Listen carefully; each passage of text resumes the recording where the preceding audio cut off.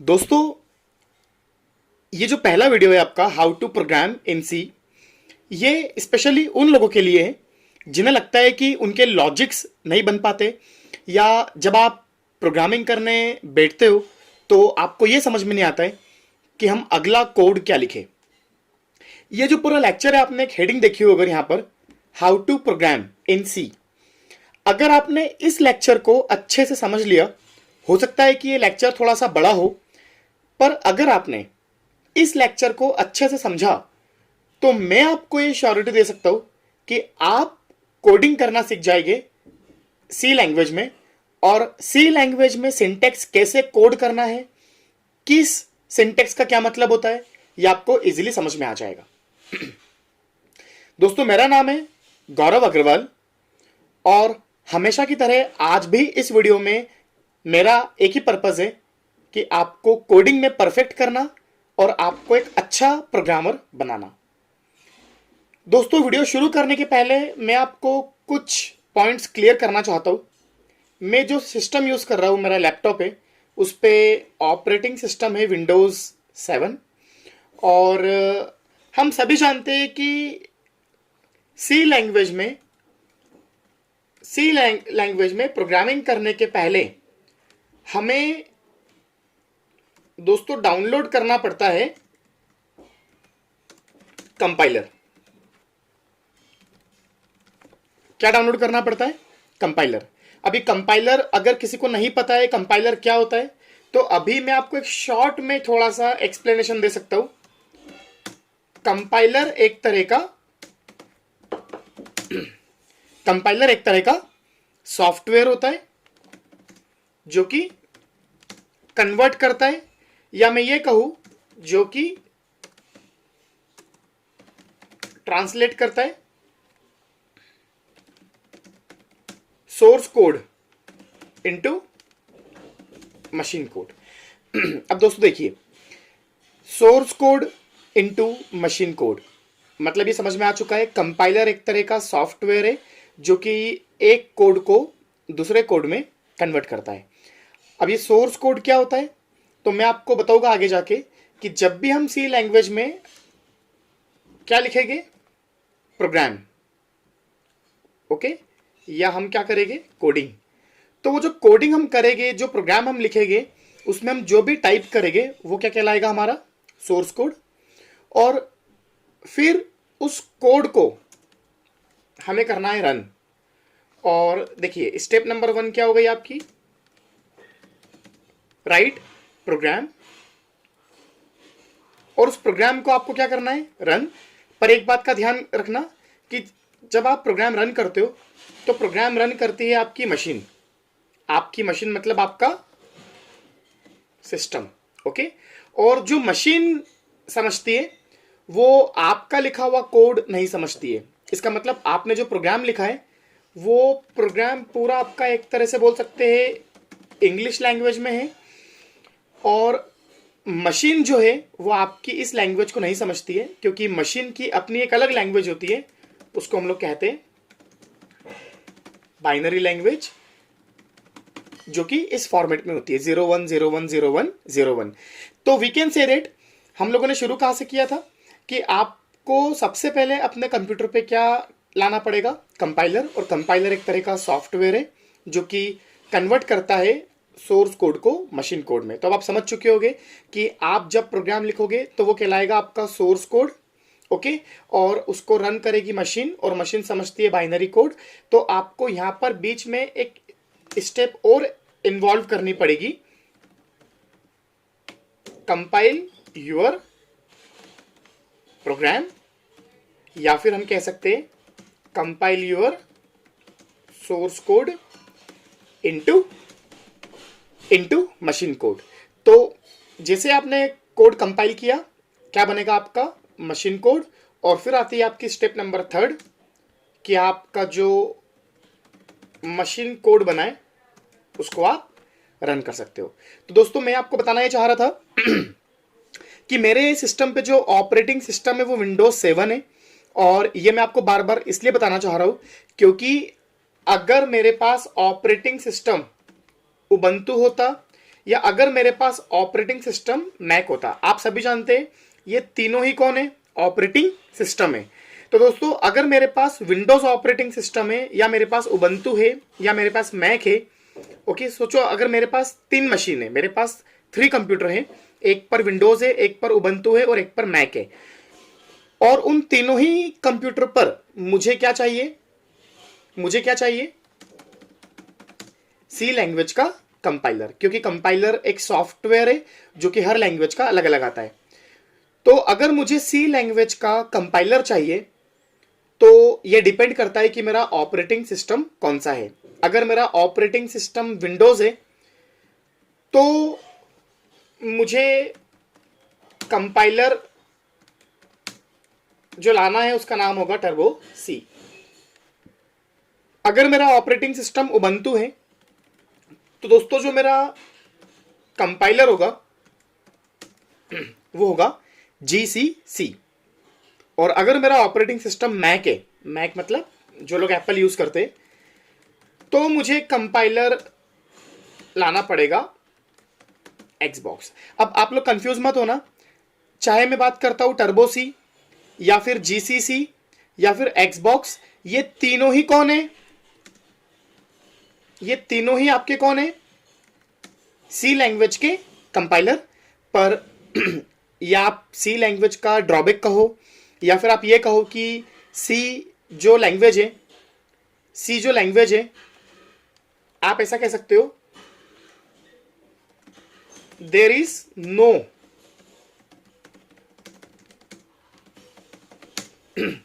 दोस्तों इस लाइन को बहुत ध्यान से देखना, क्योंकि आपको ये कई सारे इंटरव्यू में लाइन आपको बहुत काम आ सकती है। There is no fix compiler for C language. इसका मतलब क्या हुआ, इसका मतलब ये हुआ कि सी लैंग्वेज की कोई एक फिक्स कंपनी तो थी नहीं। ओके, फॉर एग्जांपल अगर मैं आपको छोटा सा एग्जांपल देता हूँ जावा का। तो हम सभी जानते हैं कि जावा एक लैंग्वेज है जो शुरू से एक ही कंपनी मैनेज करती थी, सन माइक्रो सिस्टम, और अभी वो कंपनी का नाम है ऑरेकल, क्योंकि ऑरेकल कंपनी ने सन माइक्रो सिस्टम कंपनी को टेक ओवर कर लिया था। तो शुरू से मतलब जावा लॉन्च हुई थी 1994 से।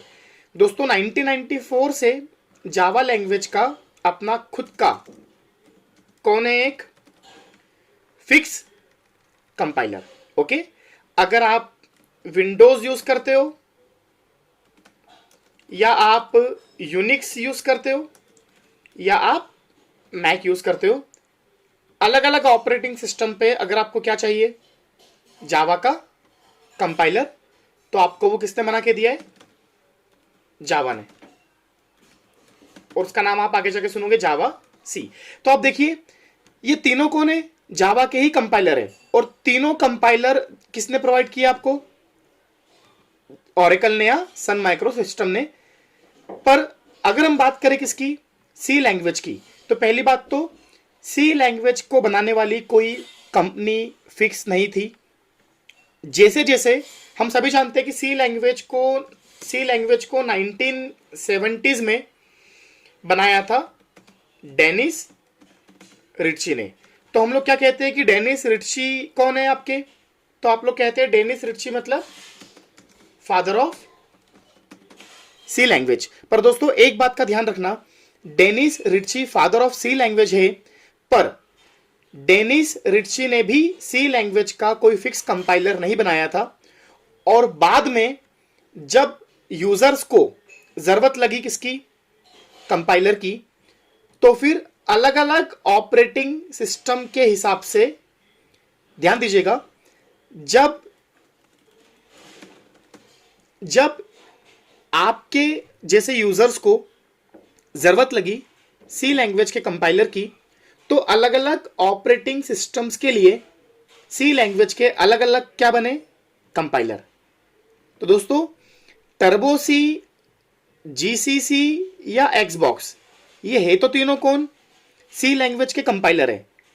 तीनों का काम क्या है, सोर्स कोड को मशीन कोड में कन्वर्ट करना। पर इन तीनों में बहुत डिफरेंस है। डिफरेंस किस चीज का है, अगर आप टर्बो सी यूज करोगे तो सी लैंग्वेज के रूल्स, सी लैंग्वेज में जो आपने कभी सुना होगा डेटा टाइप्स, इंटीजर, फ्लोट, उनका साइज और काफी सारे रूल्स यहाँ पर अलग होते हैं। अगर आप जीसीसी यूज करोगे तो यहाँ पर रूल्स बहुत चेंज हो जाते हैं। तो दोस्तों इसलिए कहते हैं कि सी लैंग्वेज का अपना खुद का कोई एक स्टैंडर्ड नहीं है। सी लैंग्वेज का जो स्टैंडर्ड है, सी लैंग्वेज के जो रूल्स है, वो अलग अलग ऑपरेटिंग सिस्टम पे चेंज होते रहते हैं, डिपेंड कि आप कौन सा क्या यूज कर रहे हो कंपाइलर। पर एक बात का ध्यान रखना कि अगर आप जावा जैसी लैंग्वेज की बात करोगे तो आप कोई भी ऑपरेटिंग सिस्टम यूज करो, चाहे विंडोज हो, चाहे यूनिक्स हो, चाहे कोई भी ऑपरेटिंग सिस्टम हो, कंपाइलर हर जगह एक ही है। तो इसका मतलब रूल्स भी चेंज नहीं होते। इसलिए कहा जाता है कि जावा लैंग्वेज के पॉपुलर होने का रीजन क्या था कि इसका अपना एक फिक्स स्टैंडर्ड है, पर सी लैंग्वेज का अपना कोई फिक्स स्टैंडर्ड नहीं है। खैर अभी हमें फोकस ये करना है दोस्तों, हम सी लैंग्वेज क्यों सीखते हैं, ताकि हमारे लॉजिक बन पाए, ताकि हम प्रोग्रामिंग करना सीख पाए। तो अभी हम इतने डिस्कशन से ये समझ चुके कि सी लैंग्वेज का सबसे पहले हमें क्या लाना पड़ेगा, कंपाइलर। तो दोस्तों देखिए, आप ज़्यादा कंफ्यूज ना हुए, मैं आपको बिल्कुल बहुत इजी लैंग्वेज में समझा देता हूँ। मैं यहाँ पर यूज़ कर रहा हूँ अभी कौन सा ऑपरेटिंग सिस्टम, विंडोज 7। और इस विंडोज 7 पे मुझे सी लैंग्वेज का जो कंपाइलर है वो कौन सा चाहिए, टर्बो सी। अगर आपके पास नहीं है तो आप देखिए यहाँ पर गूगल ओपन करिए आप,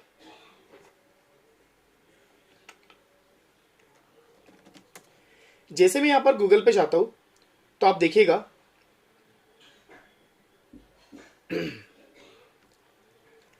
आप लिखना, अच्छा टर्बो सी की जगह आप ये भी लिख सकते हो, सी लैंग्वेज कंपाइलर। तो आप देखिए यहाँ पर गूगल ने आपको ऑटोमेटिक ऑप्शंस दिए, C language compiler for Windows, for Ubuntu मतलब Unix, okay, for Mac, okay. तो दोस्तों अगर मैं यहां पर लिखूंगा फॉर विंडोज, देखिएगा यहां पर फॉर विंडोज 7, तो आप देखना यहां पर नीचे क्या लिखा हुआ आ रहा है, download Turbo C plus plus, okay. तो ये टर्बो मतलब नाम, एक जहां नाम आ गया टर्बो सी, इसका मतलब ये हम क्या यूज कर रहे हैं, विंडोज वाला कंपाइलर। पर मैं आपको देखिए दोस्तों, ये जो टर्बो होता है ना, ये टर्बो सी एक कौन होता है, कंपाइलर होता है फॉर विंडोज 7 के लिए। पर मैंने कई सारे ऐसे स्टूडेंट्स देखे जो हमेशा ये डाउट लेकर आते हैं कि सर हमने बहुत कोशिश करी कंपाइलर डाउनलोड करने की, पर हमारे ऑपरेटिंग सिस्टम पे जो कंपाइलर है वो प्रॉपर सपोर्ट नहीं कर पा रहा है। तो मैं आपको दिखाता हूँ कि आप कौन सा वाला, अगर आपको टर्बो सी भी करना है डाउनलोड, तो आप कौन सा वाला डाउनलोड करें। तो आप क्या लिखोगे, Turbo C compiler for Windows 7, okay. दोस्तों एक कंपाइलर है, आप देखना ये कोई कोई होगा पर्सनल, कोई मेंबर होगा जिसने बनाया होगा बाय अक्की, ओके। इसका कोई फिक्स नाम नहीं है। तो आप क्या लिखोगे, Turbo C compiler for Windows 7 by Akki, okay. जैसे ही मैं इसको सर्च करता हूं तो आप देखिए यहां पर एक पहली लिंक आई है, लिखा हुआ है डाउनलोड टर्बो सी 7 बाय अक्की, और यहां पर क्या लिखा हुआ है, डाउनलोड नाउ। चलिए मैं इस पर क्लिक, देखिए अगर ये वाला आपको आइकन दिख रहा है ना, आप बिल्कुल ध्यान दीजिए, अगर आपको ये वाला आइकन दिख रहा है मतलब ये कंपाइलर एक ऐसा कंपाइलर है जो आपके विंडोज पे एग्जीक्यूट बहुत इजीली हो सकता है। तो करिए इसको डाउनलोड आप।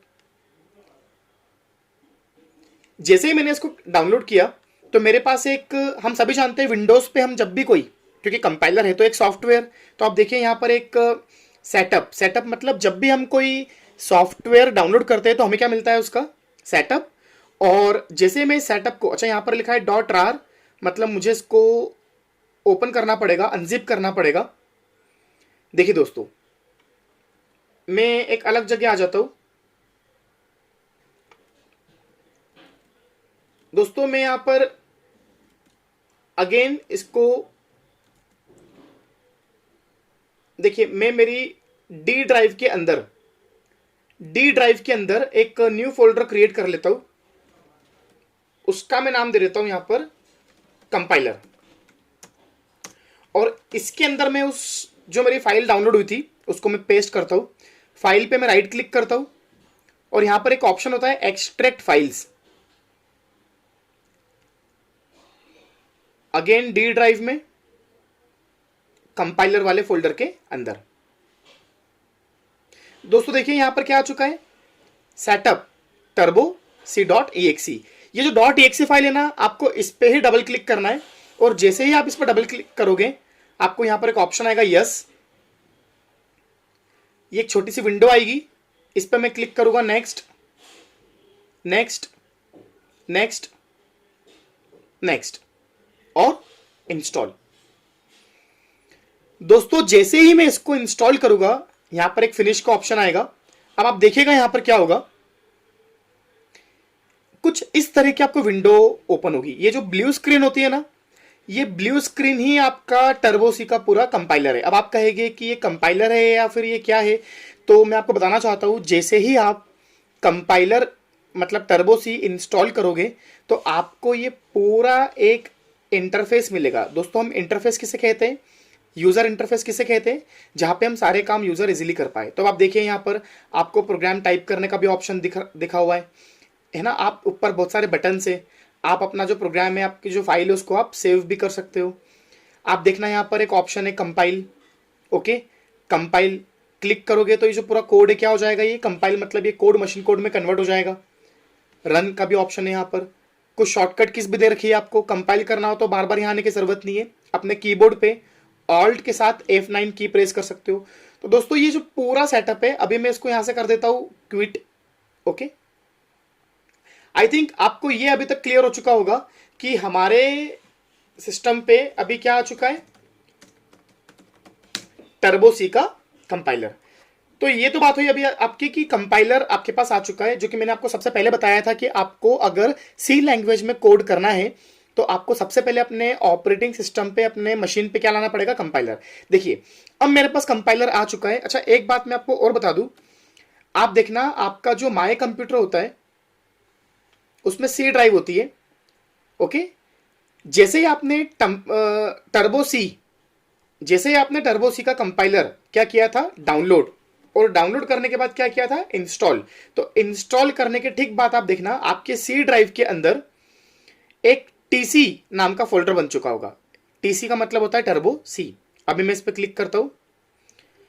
दोस्तों इस टीसी नाम के फोल्डर के अंदर आप देखिए कई सारे और भी फोल्डर बने हुए हैं।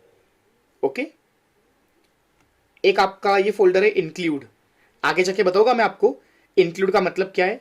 हम लोग पढ़ेंगे hash include conio.h, hash include stdio.h।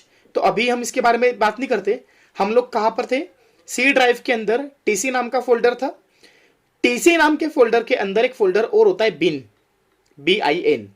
और दोस्तों ये बिन ही वो फोल्डर है जहां पर आपको अपने सारे प्रोग्राम्स बना के सेव करना है। इसका मतलब मैं आपको समझा देता हूं। जैसे ये मेरा एक ओपन है नोटपैड। ओके, क्या ओपन है, नोटपैड। मैं यहां पर नीचे जो नोटपैड का आइकन है, राइट क्लिक करके मैं अगेन एक नोटपैड पे क्लिक करता हूं। ओके दोस्तों, ये मेरा अगेन एक नोटपैड की फाइल ओपन हो चुकी है। अब आपको मैं बताना चाहता हूं कि हाउ टू प्रोग्राम। तो सबसे पहले आप मुझे एक छोटा सा कोड लिखने दीजिए।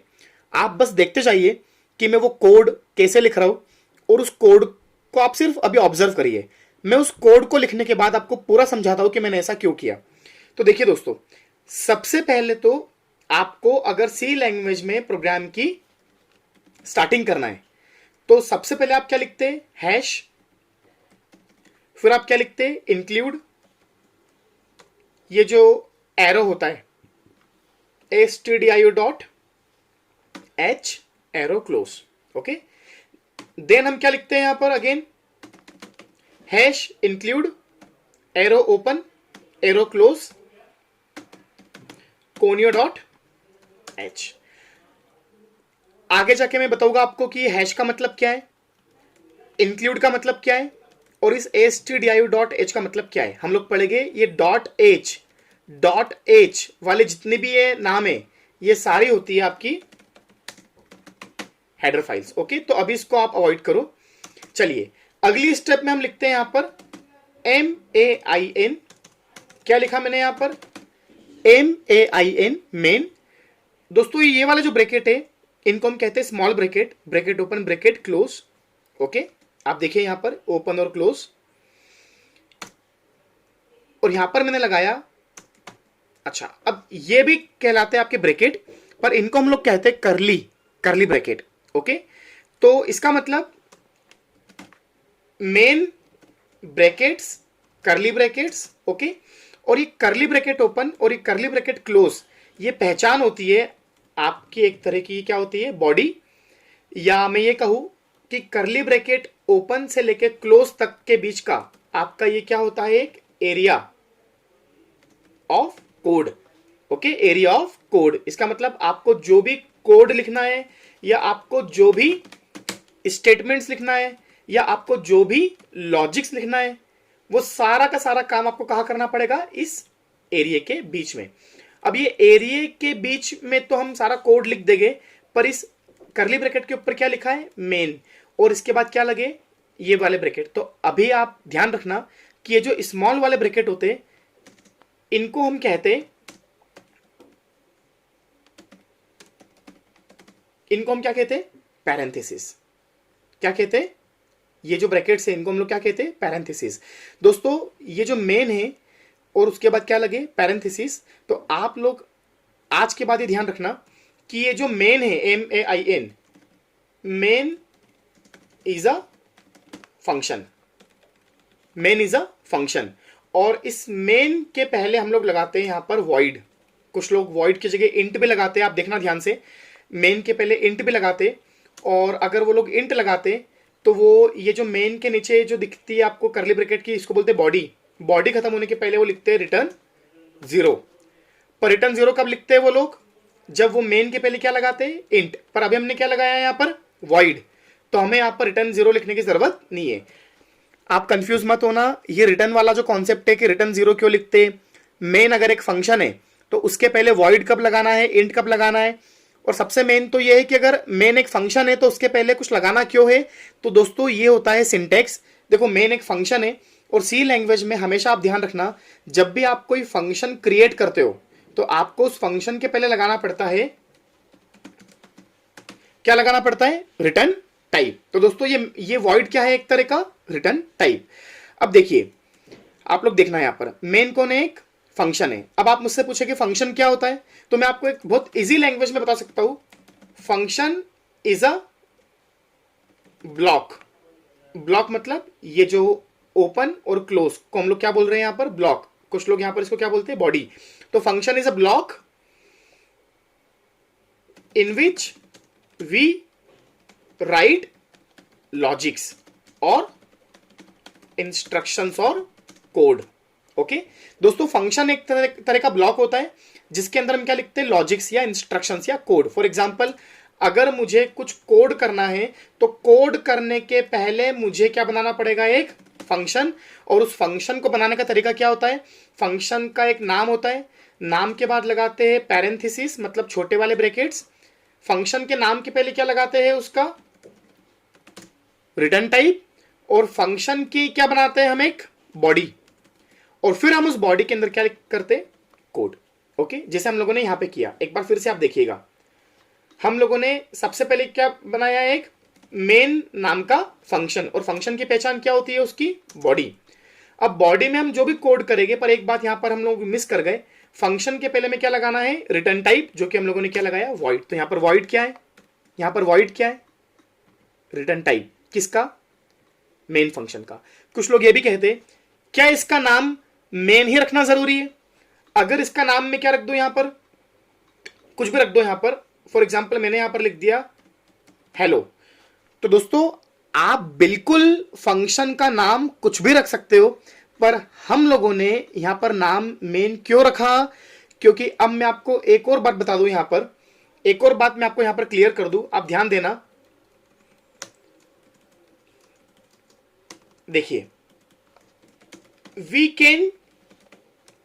we can create function with any name। हम किसी भी नाम से फंक्शन क्रिएट कर सकते हैं, हमें कोई भी रेस्ट्रिक्शन नहीं है कि फंक्शन का नाम हमें मेन ही रखना पड़ेगा। तो हमने क्या लिखा, we can create function with any name but when program will run by। अच्छा एक बात आप देखना, आपका जो प्रोग्राम आप बनाओगे, ये आप जो पूरा प्रोग्राम बनाओगे, इसको आपको सबसे पहले करना पड़ेगा कंपाइल, और कंपाइल करने के बाद आप इस प्रोग्राम को क्या करोगे, रन। दोस्तों आपका जो प्रोग्राम है वो जब क्या होगा, रन, और ये प्रोग्राम रन कौन करेगा, आपका ऑपरेटिंग सिस्टम, मतलब आपकी मशीन। ओके, तो हमने क्या लिखा, ध्यान देना, when we create function with any name, अगर मैं यहां पर फॉर एग्जाम्पल फंक्शन का नाम क्या रखता, हेलो, तो when we create function with any name, पर जब हम इस प्रोग्राम को रन करेंगे तो प्रोग्राम रन कौन करेगा, हमारा ऑपरेटिंग सिस्टम। तो ये प्रोग्राम आपका जो रन होगा ये कौन करेगा, आपका operating system. And operating system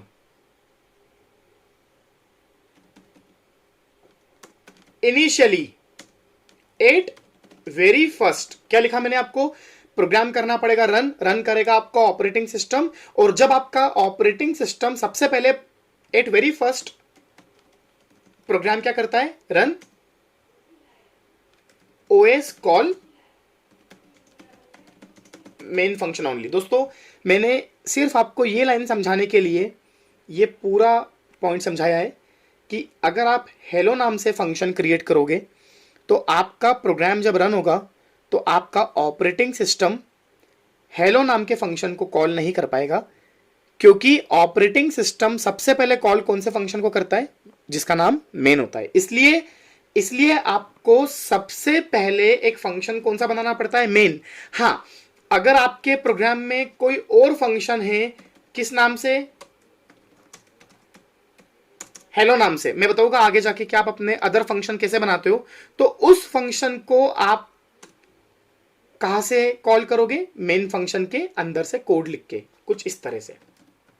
okay, तो दोस्तों एक बात आपको समझ में आ चुकी होगी कि जब भी हम सी लैंग्वेज में प्रोग्राम लिखना शुरू करते हैं तो हम सबसे पहले ऊपर क्या लिखते हैं, हैश इंक्लूड, और ये stdio.h, इसका मीनिंग मैं आपको भी समझाऊंगा क्या है। फिर हम लोगों ने यहां पर क्या बनाया, एक व्हाट इज दिस, क्या ये एक तरह का फंक्शन है वेयर प्रोग्राम स्टार्ट्स रन, और रन होने को हम लोग और क्या बोलते हैं, एग्जीक्यूशन। दोस्तों अब हम लोग आगे बढ़ते हैं कि हमें basically how to programming in C सीखना है।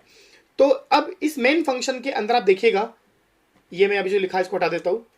इस मेन फंक्शन के अंदर अब मुझे कुछ कोड करना है, तो देखिए सबसे पहले मैं यहां कुछ लिखता हूं, प्रिंट एफ।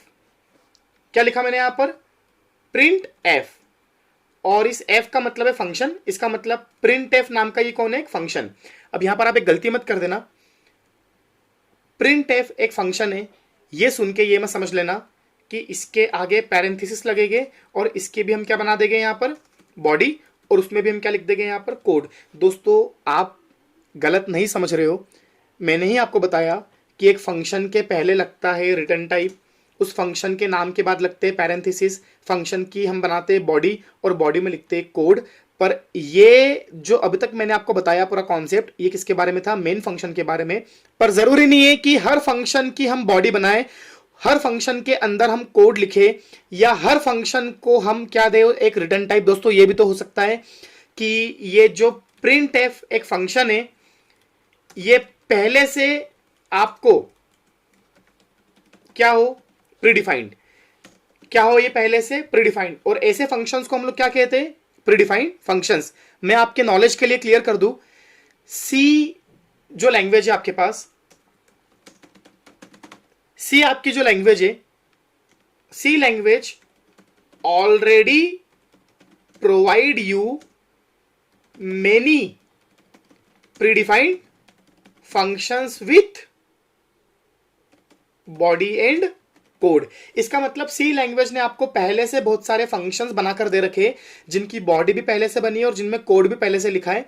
आपको सिर्फ उन फंक्शन के अंदर लिखा हुआ कोड रन करना है। देखिए ये फंक्शन भी आप बना रहे हो और इसमें कोड भी आप लिखोगे, पर ये जो फंक्शन है कौन सा, प्रिंट एफ, ये फंक्शन पहले से बना हुआ है, इसमें कोड भी पहले से लिखा हुआ है, आपको इस कोड को सिर्फ रन करना है। अब सवाल ये उठता है कि अगर ये फंक्शन पहले से बना है, इसमें कोड पहले से लिखा है, तो इस कोड को हम रन कैसे करें, क्योंकि हमारा जो प्रोग्राम है वो चलना शुरू कहाँ से होता है, मेन फंक्शन से। तो अभी थोड़ी देर पहले मैंने आपको बताया कि प्रोग्राम चलना शुरू होता है मेन फंक्शन से, पर आप चाहते हो कि आपको बाकी कोई और फंक्शन के कोड अगर आपको रन करना है, तो आप उस दूसरे वाले फंक्शन को मेन फंक्शन के अंदर से कोड लिख के क्या कर दो, कॉल कर दो। क्या कर दो, कॉल कर दो। जैसे एग्जांपल के लिए मैं मेन फंक्शन के अंदर क्या लिखता हूं, प्रिंट एफ।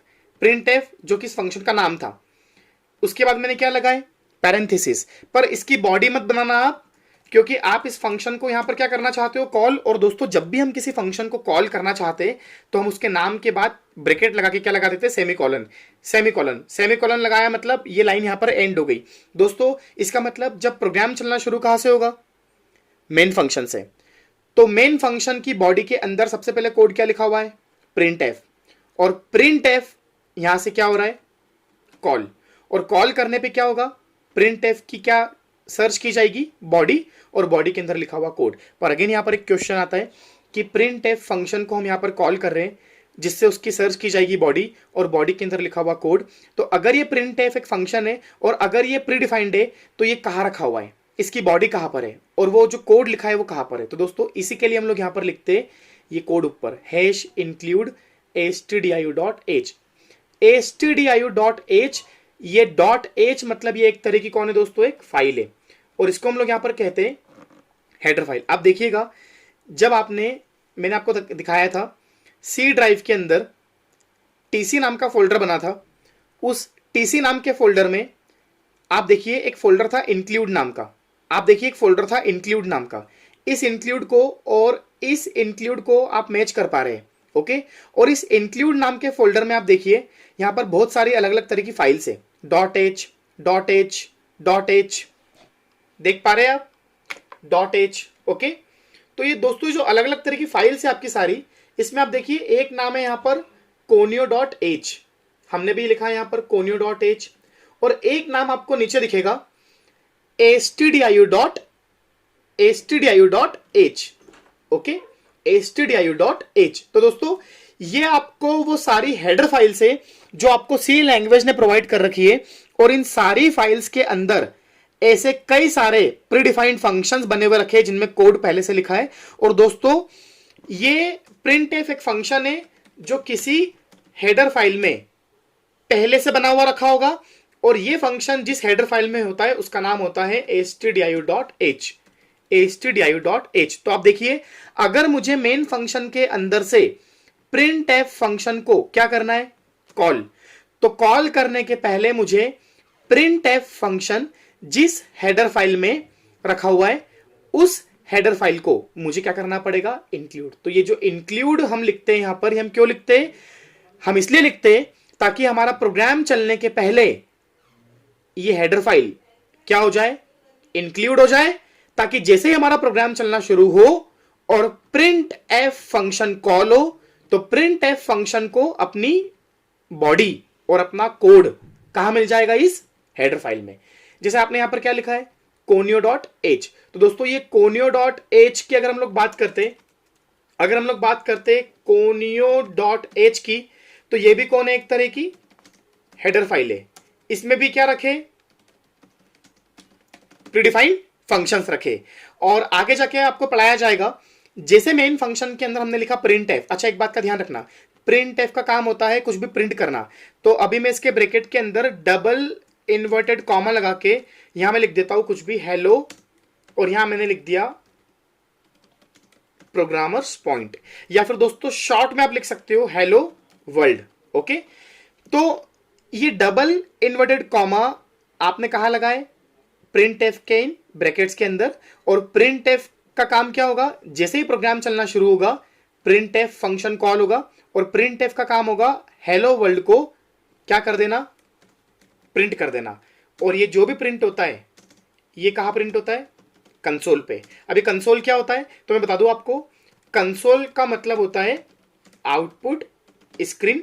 ये आउटपुट स्क्रीन आपकी एक ब्लैक कलर की स्क्रीन होती है, एक ब्लैक, मैं आपको दिखाऊंगा अभी, आपकी एक ब्लैक कलर की स्क्रीन होती है जहां पर आपको आपका आउटपुट दिखता है, और उसको हम लोग क्या कहते हैं, कंसोल। और जब भी आपको कंसोल पे कुछ प्रिंट करना है, फॉर एग्जांपल आप जब भी कोडिंग कर रहे हो और आपको कोडिंग करते करते लगता है कि हमें कोई चीज प्रिंट करना है, तो प्रिंट करने के लिए हम क्या कॉल करते हैं, प्रिंट एफ। और यहां पर क्या लिखते हैं हम लोग, हेलो वर्ल्ड। ओके, कुछ भी लिख सकते हो, अगर मैं चाहूं तो यहां पर मेरा नाम लिख सकता हूं, मैंने लिखा यहां पर गौरव अग्रवाल। अब जैसे ही प्रोग्राम चलना शुरू होगा मेन फंक्शन के अंदर, सबसे पहले यहां पर क्या होगा, सबसे पहले यहां पर कॉल होगा। कॉल मतलब internally print F function call होगा। तो इसका काम क्या है, डबल इन्वर्टेड कॉमा के अंदर गौरव अग्रवाल जो लिखा है इसको प्रिंट कर देगा, कहां पे, कंसोल के ऊपर। दोस्तों एक बात मैं आपको और बताना चाहूंगा कि प्रिंट एफ का काम होता है कुछ भी प्रिंट करना। ओके, मैंने यहां पर क्या प्रिंट किया अभी, हेलो वर्ल्ड। तो प्रिंट एफ का काम होता है कुछ भी प्रिंट करना, कहां पर, इस आउटपुट स्क्रीन पे। पर अभी मैं आपको दिखाऊंगा कि आउटपुट स्क्रीन जो होती है उस पर पहले से बहुत कुछ लिखा होता है, तो हमें पहले वो सब कुछ क्लियर करना होता है। तो दोस्तों हम चाहते हैं कि मेन फंक्शन के अंदर प्रिंट एफ जो कि प्रिंट करेगा, प्रिंट करने के भी पहले यहां पर हम एक और कोई फंक्शन कॉल करें और वो फंक्शन सबसे पहले चले, मतलब प्रिंट एफ के भी पहले चले, और उस फंक्शन का काम क्या हो कि वो उस आउटपुट स्क्रीन पे जो पहले से बहुत कुछ लिखा है उसको क्लियर कर दे, ताकि हमारा जो प्रिंट एफ कॉल होगा वो हमें बिल्कुल फ्रेश हमारा हेलो वर्ल्ड पूरी स्क्रीन पे दिखे। तो उस फंक्शन को हम लोग यहां पर कहते हैं CLR-SCR। देखिए यहां पर भी हम लोगों ने क्या किया, CLR-SCR लिख के क्या लगाया, पैरेंथेसिस। इसका मतलब आप देखिए यहां पर, इसका मतलब CLR मतलब क्लियर, SCR मतलब स्क्रीन, नाम का भी पहले से क्या बना होगा, एक फंक्शन, उसमें भी क्या लिखा होगा, कोड। कौन सा code, code to clear console. Console मतलब आउटपुट स्क्रीन। ओके, तो दोस्तों ये वाला जो फंक्शन है क्लियर स्क्रीन, ये कहां रखा हुआ है, conio.h में। तो इसका मतलब अगर मुझे इस फंक्शन को क्या करना है, कॉल, तो कॉल करने के पहले मुझे इस फंक्शन की हेडर फाइल को इंक्लूड करना पड़ेगा, ताकि जब मेरा ऑपरेटिंग सिस्टम प्रोग्राम चलाना शुरू करेगा मेन फंक्शन से, तो वो जैसे यहां पर देखेगा क्लियर स्क्रीन, तो हमारा जो ऑपरेटिंग सिस्टम है वो क्लियर स्क्रीन फंक्शन की क्या सर्च करेगा, बॉडी, और वो बॉडी कहां मिलेगी उसको, conio.h में। इसलिए आपको यहां पर इसको भी इंक्लूड करना जरूरी है। एक डाउट आपका यह आएगा कि अभी तो मैंने आपको बता दिया कि ये फंक्शन इस वाली हेडर फाइल में, ये फंक्शन इस वाली हेडर फाइल में, पर आपको ये कैसे पता चलेगा कि आपके पास तो इतनी सारी हेडर फाइल्स है, कौन सी हेडर फाइल में कौन कौन से फंक्शंस रखे हुए। तो यही तो आपको सीखना है, ये आपको एकदम याद करने से समझ में नहीं आएगा, और ना ही आपको रटना है इसके बारे में, आपको कोडिंग करते करते समझ में आएगा। तो दोस्तों देखिए, सबसे पहले मैंने कॉल किया ये वाला फंक्शन, फिर मैंने कॉल किया ये वाला फंक्शन। अगर मैं आपको थोड़ा सा एक फ्लो बताऊं, प्रोग्राम चलना जब शुरू होगा तो सबसे पहले कॉल होगा मेन फंक्शन, सबसे पहले चलेगा ये वाला फंक्शन। ये वाला फंक्शन क्या करेगा, आपके कंसोल को क्लियर करेगा पूरा। ओके, फिर उसके बाद चलेगा आपका लाइन टू, कोड टू ये वाला चलेगा, और ये फंक्शन क्या करेगा, हेलो वर्ल्ड को प्रिंट करेगा, कहां पे, कंसोल पे। पर दोस्तों इस कोड के बाद मैं आपको एक फंक्शन और कॉल करना चाहता हूं जिसका नाम होता है गेट ch, और ये गेट ch फंक्शन भी कहां रखा होता है, conio.h में। अब इसका काम क्या है, देखिए हर फंक्शन का एक काम है। ये फंक्शन मतलब क्या, व्हाट इज फंक्शन, फंक्शन मतलब जो कुछ टास्क परफॉर्म करे। ओके, तो इस फंक्शन का काम क्या है, कंसोल को क्लियर करना। इस फंक्शन का काम क्या है, कंसोल पे कुछ प्रिंट करना। इस फंक्शन का काम क्या है, अब देखते हैं। तो दोस्तों ये जो गेट ch होता है, ये जो आपका गेट ch होता है, ये गेट ch भी आपका एक बहुत स्पेशल फंक्शन होता है। ये स्पेशल क्यों होता है इसके बारे में आपको मैं बताना चाहता हूं कि ये जो कंसोल होता है आपका, इसका एक ड्रॉबैक होता है कि जैसे ही आपका आउटपुट प्रिंट होगा हेलो वर्ल्ड, आप देख ही नहीं पाओगे कि वो आउटपुट आपका कहां पे प्रिंट हुआ और कैसे प्रिंट हुआ, क्योंकि ये कंसोल इतने कम समय के लिए आपकी ये जो आउटपुट स्क्रीन है, ब्लैक स्क्रीन, ये इतने कम समय के लिए आपको विजिबल होती है और वापस चली जाती है, तो आप देख ही नहीं पाते हो कि आपका आउटपुट कैसे प्रिंट हुआ। तो अभी के लिए मैं आपको इतना समझा दूं, आप इसको याद मत करना, पर अभी के लिए मैं आपको इतना समझा दूं कि जो गेट ch होता है ये कैसा फंक्शन है जो कि आपके कंसोल को रोक कर रखता है। रोक के रखता है मतलब इसका काम है कंसोल से कुछ इनपुट लेना। गेट सी एच, देखिए गेट का मतलब, गेट मतलब लेना, सी एच मतलब कैरेक्टर। तो जैसे ये वाला फंक्शन कॉल होगा, इसका काम क्या होगा, ये कंसोल मतलब उस स्क्रीन पे यूजर से क्या मांगेगा, एक कैरेक्टर।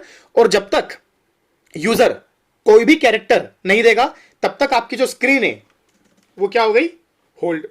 तो दोस्तों ये जो मैंने आपको छोटा सा प्रोग्राम बनाकर बताया, ये एक ये एक सबसे सबसे छोटा प्रोग्राम है सी लैंग्वेज का। मतलब आपको हेडर फाइल्स इंक्लूड क्यों करना है, क्योंकि आपको इन फंक्शंस को कॉल करना है, और ये फंक्शंस कहां रखे, इन हेडर फाइल्स के अंदर। अब देखिए आपका प्रोग्राम बन चुका है। अब मैं एक काम करता हूं, इस प्रोग्राम को जैसा मैंने आपको बताया था, आप देखिए मैंने बताया था आपको कि सबसे पहले आपको प्रोग्राम लिखना है, कोड करना है, और एक इंग्लिश लैंग्वेज में आपने पूरा कोड किया प्रॉपर, ओके। और अब आपको इस प्रोग्राम को सेव करना है, और जब भी आप इस प्रोग्राम को सेव करोगे तो ये एक फाइल बनेगी आपकी, ओके। हम जब भी किसी प्रोग्राम को सेव करते हैं तो एक फाइल बनती है, और उस फाइल का हमें एक देना पड़ता है नाम। तो मैंने यहां पर नाम दे दिया first, okay, first program, okay. पर एक बात का ध्यान रखना, हर फाइल का अपना होता है एक एक्सटेंशन डॉट लगा के।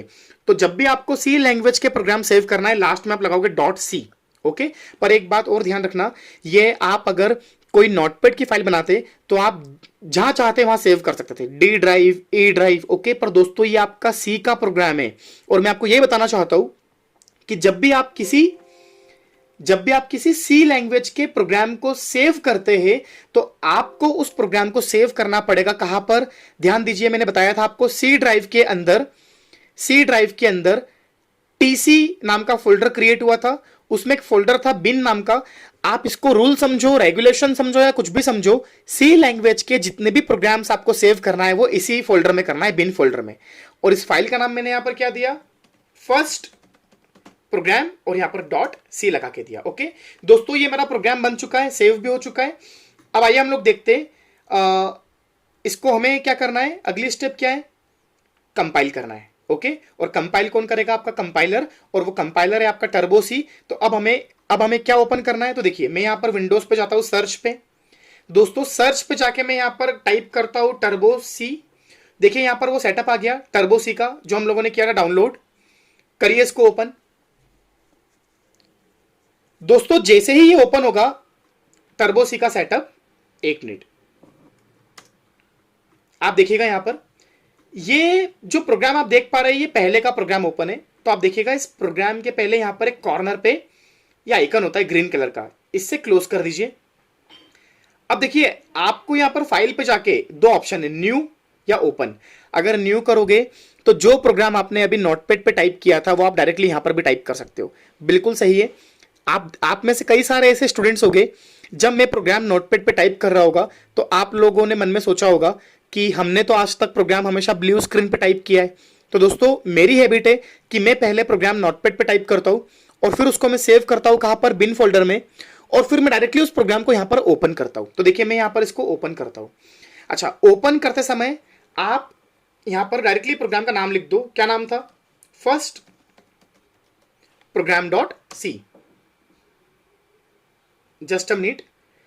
देखिए एक छोटा सा ड्रॉबैक है, मतलब ड्रॉबैक क्या कहूं मैं आपको, सी लैंग्वेज के कई सारे ड्रॉबैक्स है वैसे तो, पर मैं आपको समझा देता हूं। जब भी आप प्रोग्राम सेव करें ना, उसको कोई भी शॉर्ट नेम दीजिए आप। कभी कभी क्या होता है, जो हम बड़ा नाम दे देते हैं लॉन्ग नेम, तो कभी कभी कंपाइलर उसको रीड नहीं कर पाता है प्रोग्राम को। तो एक काम करते हैं, मैं सिंपल लिखता हूं यहां पर फर्स्ट, एक काम करें test dot C, okay. Again आप अब ओपन करिए अपना टर्बो सी, ओके। दोस्तों यहां पर आपका टर्बो सी ओपन हो चुका है। इसको नीचे आप एक बार क्लिक करिए। अच्छा, ये जो कभी छोटी स्क्रीन अगर आ जाए ना आपके पास, तो इस छोटी स्क्रीन को बड़ा करने का तरीका है, आपके लैपटॉप, आपके कंप्यूटर में कीबोर्ड में नीचे की होती है ऑल्ट, और ऑल्ट के साथ आप दबाएं एंटर। जैसे मैंने सबसे पहले प्रेस किया ऑल्ट, फिर किया एंटर, तो ऑल्ट प्लस एंटर से स्क्रीन वापस बड़ी हो जाएगी। अगेन फाइल पे जाएं, ओपन करें।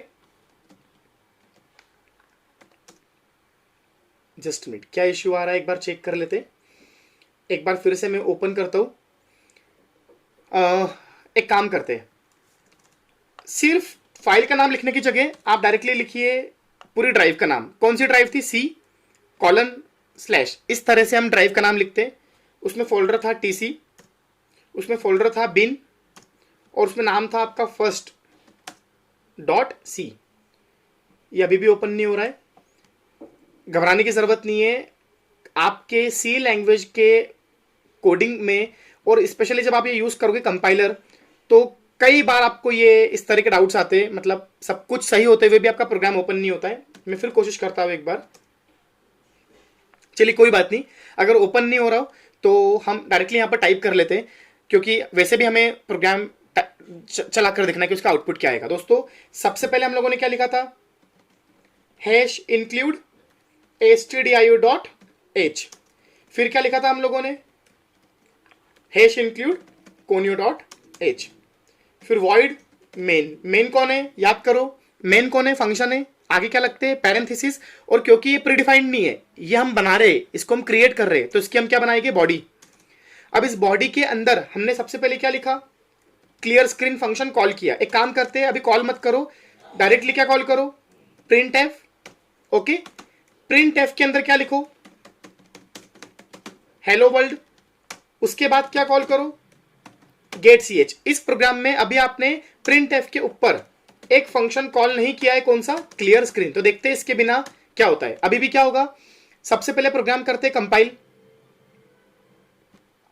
दोस्तों यहां पर देखिए सक्सेस लिखा हुआ आ गया, मतलब आपका जो प्रोग्राम है वो कंपाइल हो चुका है, मतलब आपके प्रोग्राम में किसी भी तरह की गलती नहीं है। अगर इस प्रोग्राम में आपकी गलती होती तो आप देखिए यहां पर, अगर मैं मेन फंक्शन के अंदर किसी कोड के आखिरी में सेमीकोलन लगाना भूल जाता, और अब अगर मैं इस कोड को कंपाइल करता, तो देखिए यहां पर क्या आ चुकी है, एरर। एरर मतलब क्या लिखा हुआ आ रहा है, स्टेटमेंट मिसिंग। इसका मतलब आपकी गलती होगी तो बकायदा आपको कंपाइलर, इसका मतलब कंपाइलर का काम सिर्फ सोर्स कोड को मशीन कोड में कन्वर्ट करना नहीं होता है। कंपाइलर के दो काम होते हैं। सबसे पहले कंपाइलर आपके पूरे सोर्स कोड में चेक करता है कि कोई गलती तो नहीं है। आप अपनी मनमानी से कोई भी काम नहीं कर सकते हो। अगर आपको कहा गया है कि मेन फंक्शन के अंदर हर कोड को एंड करना है सेमीकोलन से, तो करना पड़ेगा। ओके, तो देखिए इस कोड को हम कंपाइल कर चुके। ओके, अब इस कोड को हम देखते हैं रन कैसे करना है। उसका भी बहुत इजी ऑप्शन है, ऊपर गए रन पे। दोस्तों देखिए जैसे रन किया, ब्लू स्क्रीन हटके क्या आ चुकी है, ब्लैक स्क्रीन। शायद ये वही ब्लैक स्क्रीन है जिसको हम लोग कहते थे कंसोल, जहां पर हमें आउटपुट दिखता है। और आप देखिए यहां पर हमारा आउटपुट साइड में देखिए हेलो वर्ल्ड लिखा हुआ भी आ रहा है, पर हेलो वर्ल्ड तो हमारा आउटपुट था जो हमने प्रिंट किया था, पर हेलो वर्ल्ड के ऊपर और भी बहुत कुछ लिखा हुआ आ रहा है जो हमने प्रिंट ही नहीं किया था।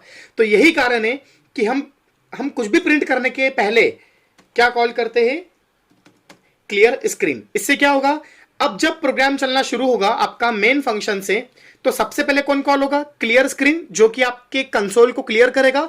फिर कौन कॉल होगा, आपका प्रिंटफ, जो कि आपके हेलो वर्ल्ड को प्रिंट करेगा।